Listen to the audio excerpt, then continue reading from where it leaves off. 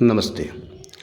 अब अंग्रेजी सीखने के क्रम में हम इस तरह की बात करेंगे। इसके पहले तो हम किए थे ना कि जैसे पढ़ता है, इसका अंग्रेजी होता है READ, रीड।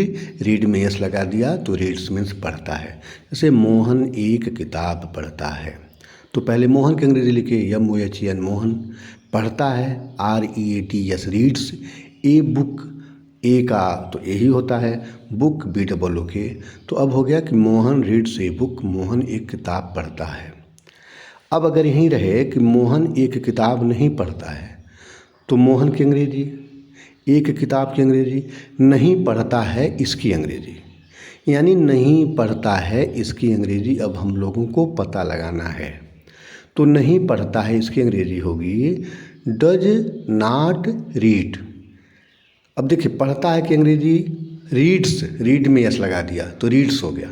नहीं पढ़ता है इसकी अंग्रेजी डज नॉट रीड। डज का स्पेलिंग DOES, नॉट का स्पेलिंग NOT, और रीड का स्पेलिंग तो जानते हैं READ, यानी डज नॉट रीड, नहीं पढ़ता है।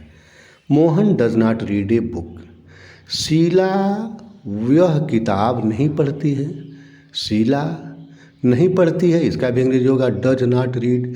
Sheela does not read this book. ठीक। शीला अपनी किताब नहीं पढ़ती है।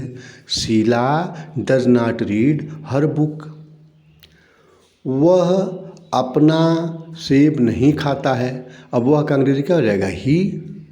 अपना सेब हिज एप्पल, नहीं खाता है डज नॉट ईट। तो पूरा ट्रांसलेशन देखिए, he does not eat his Apple. वह अपने घर नहीं जाता है। अब वह का अंग्रेजी ही नहीं जाता है, does not go his home. He does not go his home. वह अपने भाई को नहीं बुलाता है। ही डज नॉट कॉल, नहीं बुलाता है, हिज ब्रदर। वह अपने भाई को नहीं बुलाता है। वह अपने पिताजी की बात नहीं मानता है। ओबे मीन्स होता है आज्ञा मानना, स्पेलिंग है OBEY। अब से सुनिए OBEY। ओबे मीन्स आज्ञा मानना, बात का पालन करना। जैसे वह अपने पिताजी की आज्ञा नहीं मानता है, वह अपने पिताजी की बात नहीं मानता है, तो क्या हो जाएगा? ही डज नॉट ओबे, बात नहीं मानता है, आज्ञा नहीं मानता है, हिज फादर। वह अपने पिताजी की बात नहीं मानता है। राम अपने पिताजी की बात मानता है। अब यहाँ इसका अभ्यास कर लिया जाए।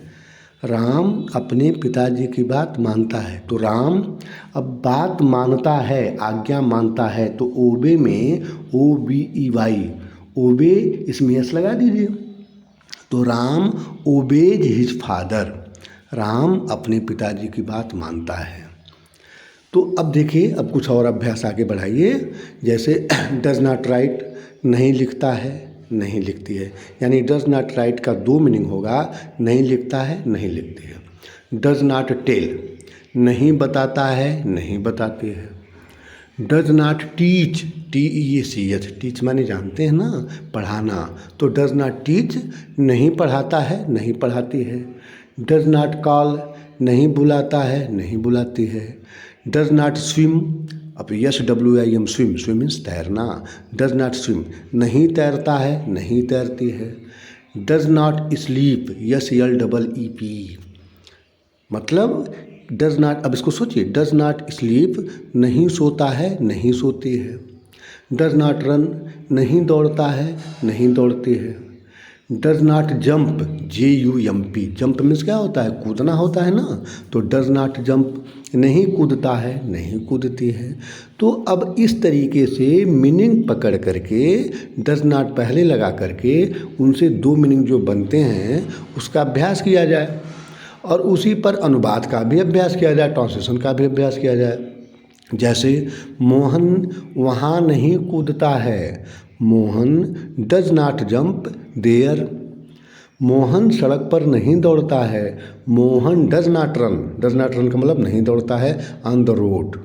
तो इस तरह से अब डज नॉट के साथ एक क्रिया लगा करके दो मीनिंग जो पैदा हो रहे हैं उनका अभ्यास किया जाए और इस तरह से धीरे धीरे लिखने का भी अभ्यास हो, समझने का भी अभ्यास हो। अब जैसे मैं बता रहा हूँ तो मैं तो एक समय की सीमा है ना, 5 मिनट में उतना बताऊँगा जितना बताया जा सकता है, लेकिन इस 5 मिनट को देख करके, सुन करके, समझ करके आप 20 मिनट, 1 घंटा, 2 घंटे का मटेरियल अपने नोटबुक में लिख सकते हैं, बना सकते हैं और उसको जो है कि आप अपना अभ्यास भी कर सकते हैं।